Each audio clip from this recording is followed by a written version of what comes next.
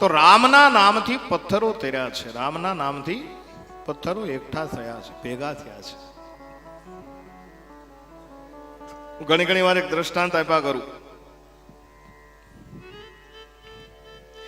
રામના નામથી જ્યારે સેતુ બંધાવા લાગ્યો ને, પથ્થરો એક થવા લાગ્યા, પુલ બંધાવા લાગ્યો, સેતુ બંધાવા લાગ્યો, આ અને ઘટના એ ઘટી.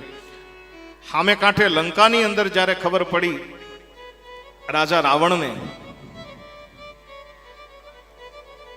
અને જેવી રાવણને ખબર પડી કે સેતુ બંધાવા લાગ્યો છે, પયોથી બંધાવા લાગ્યો છે અને રામના નામથી બંધાણો છે, એટલે રાવણની સેનાનું નૈતિક જે બળ હતું એ બળ થોડુંક તૂટ્યું છે. અને બળ તૂટ્યું શા માટે? કે રાવણની સેનાના રાક્ષસો વિચાર કરવા લાગ્યા કે જેના નામથી પથરા તરે એવી પ્રચંડ તાકાત જેનામાં હોય એ અહીંયા આવીને આપણી દશા શું કરશે? એ મનોબળ ભાંગી ગયું. અને રાવણને ખબર પડી એટલે ઘટના ઘટી. રાવણ બધા રાક્ષસોને લઈને કીધું કે રામના નામે પથરા તરે એવું નથી, મારા નામે પણ પથરા તરે છે. તમારે જોવું હોય તો ચાલો. અને દરિયાના કિનારે તમામને લઈને આવ્યો, સાથે મંદોદરી છે, રાક્ષસોની આખું સૈન્ય છે.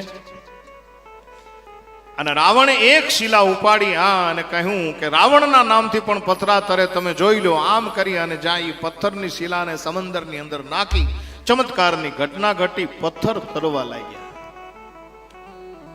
સૈન્યનું બળ છે એ પાછું આવી ગયું. નહીં, આખી સૈન્યની અંદર જુસ્સો ભરાઈ ગયો કે નહીં, અમારો માલિક પણ કાંઈ કમ નથી, રાવણના નામે પણ પથરા તરે છે. આખી લંકાએ માન્યું પણ મંદોદરી નો માન્યા.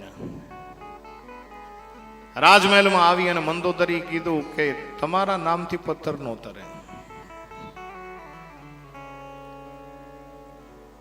ત્યારે રાવણે કીધું કે આ દેવી મારા નામથી પથ્થર ન તરે. ત્યારે મંદોદરી કીધું તો પછી તર્યો કેમ?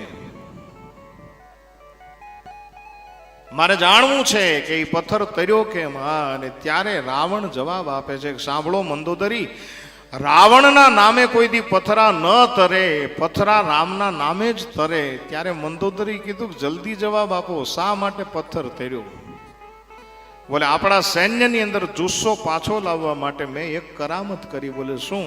બોલે પથ્થરની શિલાને ઉપાડી અને પછી મનમાં હું એવું બોલ્યો કે એ પથ્થર, જો તું સમંદરની અંદર જઈને નો તરતો તને રામ નામની આણ છે. અને પછી પથ્થર નાખ્યો. અને એ પથ્થર તર્યો. હે મંદોદરી, પથરા રાવણના નામે નો તરે, પથ્થર રામના નામે જ તરે છે. કહેવાનું મારો મૂળ સૂર ઈ છે કે રામના નામે જો પથ્થર તરી જતા હોય તો શું આપણે ન તરી શકીએ?